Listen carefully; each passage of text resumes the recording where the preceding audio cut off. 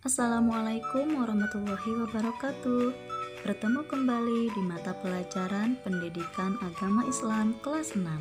Pada pelajaran kelima kali ini, kita akan belajar tentang keteladanan Rasulullah Shallallahu Alaihi Wasallam dan sahabatnya. Jangan lupa sebelum belajar berdoa terlebih dahulu ya. Mari kita amati gambar-gambar berikut ini.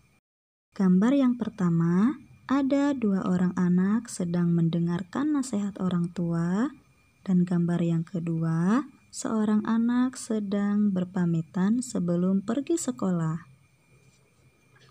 Gambar yang ketiga, selalu berjabat tangan ketika bertemu dengan sesama teman atau orang tua dan yang lainnya. Dan gambar yang keempat, sedang membaca doa sebelum makan. Gambar-gambar tersebut merupakan sebagian perilaku yang dicontohkan oleh Rasulullah Shallallahu Alaihi Wasallam dalam kehidupan sehari-hari. Agar kita lebih tahu tentang keteladanan Nabi Muhammad Shallallahu Alaihi Wasallam, mari kita simak bacaan berikut. Kejujuran dan kasih sayang Rasulullah Shallallahu Alaihi Wasallam. Nabi Muhammad Shallallahu Alaihi Wasallam dijuluki sebagai Al-Amin. Kalian tentunya sudah mempelajari kisah 25 nabi. Nabi Muhammad Shallallahu Alaihi Wasallam pasti disebut sebagai nabi ke-25 atau nabi terakhir. Nabi Muhammad Shallallahu Alaihi Wasallam sejak kecil sudah menjadi yatim piatu. Oleh sebab itu, beliau sangat mencintai anak yatim dan menganjurkan umatnya untuk merawat, mendidik, dan mencintai anak yatim.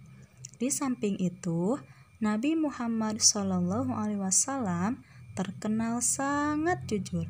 Sikap jujur tersebut sudah diperlihatkan sebelum beliau diangkat menjadi Rasul. Pada usia remaja, beliau diminta bantuan oleh pamannya untuk membawa barang dagangan Siti Khadijah binti Khuwailid yang kaya dan dihormati di kota Mekah.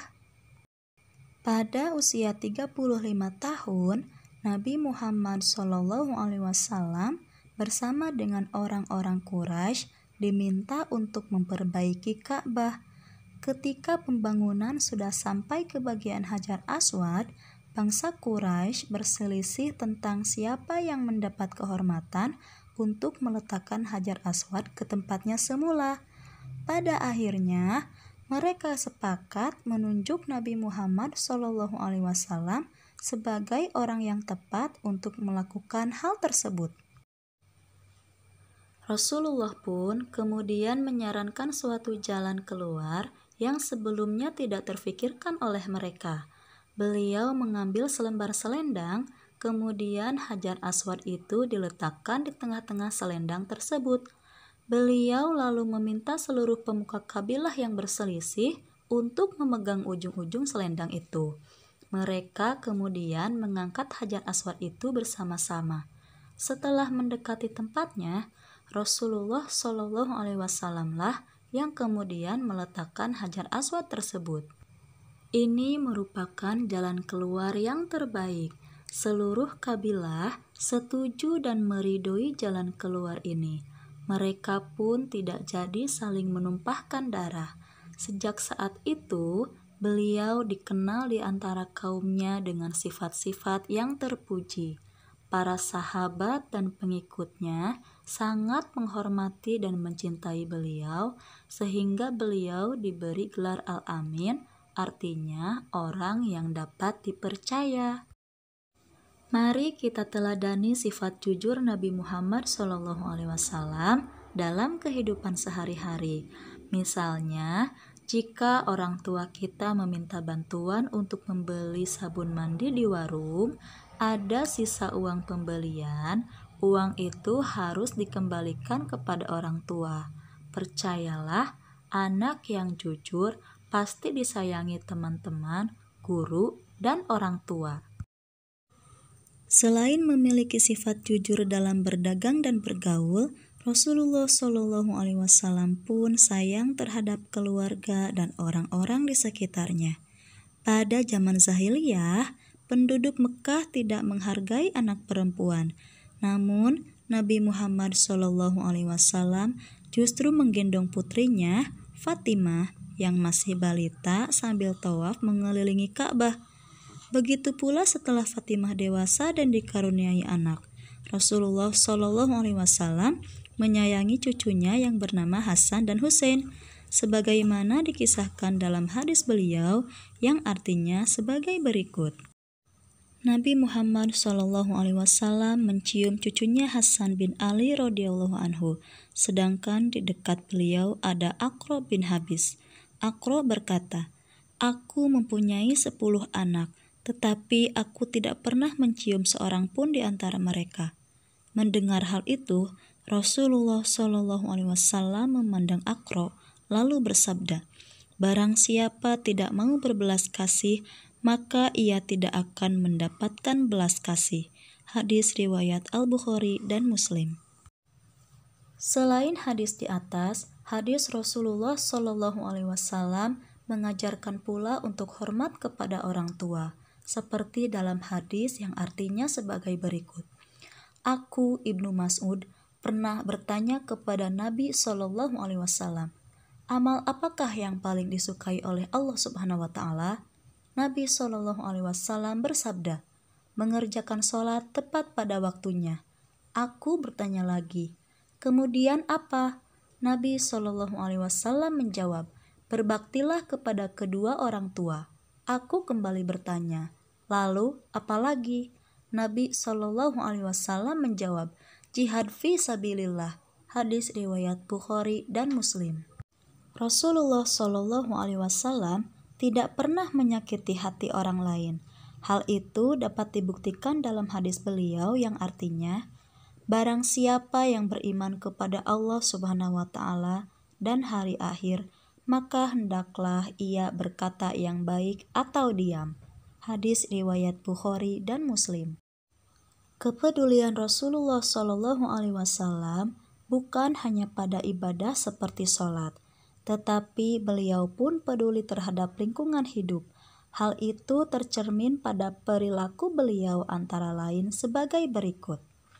Yang pertama, Nabi Muhammad SAW sangat hemat dalam mempergunakan air. Itu dibuktikan pada anjuran beliau agar tidak berlebihan dalam pemakaian air dalam berwudu.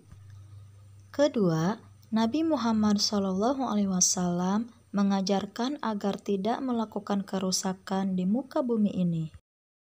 Tahukah kalian, Nabi Muhammad SAW diutus oleh Allah Subhanahu wa Ta'ala sebagai rahmatan lil alamin, atau sebagai pembawa kasih sayang bagi alam semesta ini. Tentunya kalian ingin tahu lebih jauh apa tujuan Nabi Muhammad SAW berdakwah? Tujuan dakwah Nabi Muhammad SAW adalah untuk mengubah keadaan masyarakat jahiliyah menjadi masyarakat yang sejahtera berdasarkan agama tauhid, yaitu agama yang meyakini bahwa Allah Subhanahu wa Ta'ala adalah Tuhan yang Maha Esa. Misi kedamaian dan kesejahteraan hidup tersebut bukan hanya bagi bangsa Arab ketika itu, tetapi juga bagi seluruh alam sampai sekarang dan akhir zaman. Nabi Muhammad SAW selain mengajak kaumnya untuk mengutamakan kemurnian akidah dan selalu menyembah Allah yang Maha Esa, beliau juga menanamkan akhlak terpuji yang membawa kebaikan manusia hidup di dunia hingga akhirat. Salah satu sifat terpuji yang dapat kita cermati ketika beliau dan pengikutnya hijrah ke kota Madinah adalah beliau mampu menanamkan sifat persaudaraan antara kaum pendatang atau muhajirin dengan kaum Ansor, sehingga mereka saling menolong untuk menciptakan daerah yang tertib dan aman. Di samping itu, masyarakat berperilaku sopan santun sesuai ajaran Rasulullah SAW. Sebagai umat Nabi Muhammad SAW, kita harus menjunjung tinggi ajaran beliau, Misalnya, kita menghormati orang yang lebih tua dan menyayangi orang yang lebih muda. Kita berperilaku sopan dan bertutur kata santun terhadap orang tua, guru, dan masyarakat sekitar. Juga, kita menjaga lingkungan kita agar selalu bersih, karena kebersihan adalah sebagian dari iman. Oleh sebab itu, kita tidak membuang sampah di kali atau selokan, karena selokan yang penuh sampah akan dangkal. Saluran air tidak lancar, sehingga di musim hujan daerah tersebut menjadi banjir. Kita harus peduli terhadap lingkungan sekitar untuk kebaikan diri dan orang lain. Kita harus selalu berperilaku sesuai ajaran Rasulullah SAW. Demikianlah keteladanan Nabi Muhammad SAW yang patut kita contoh dalam kehidupan sehari-hari. Adapun tentang kepemimpinan sahabat Rasulullah akan disampaikan pada video selanjutnya. Terima kasih sudah bergabung. Assalamualaikum warahmatullahi wabarakatuh.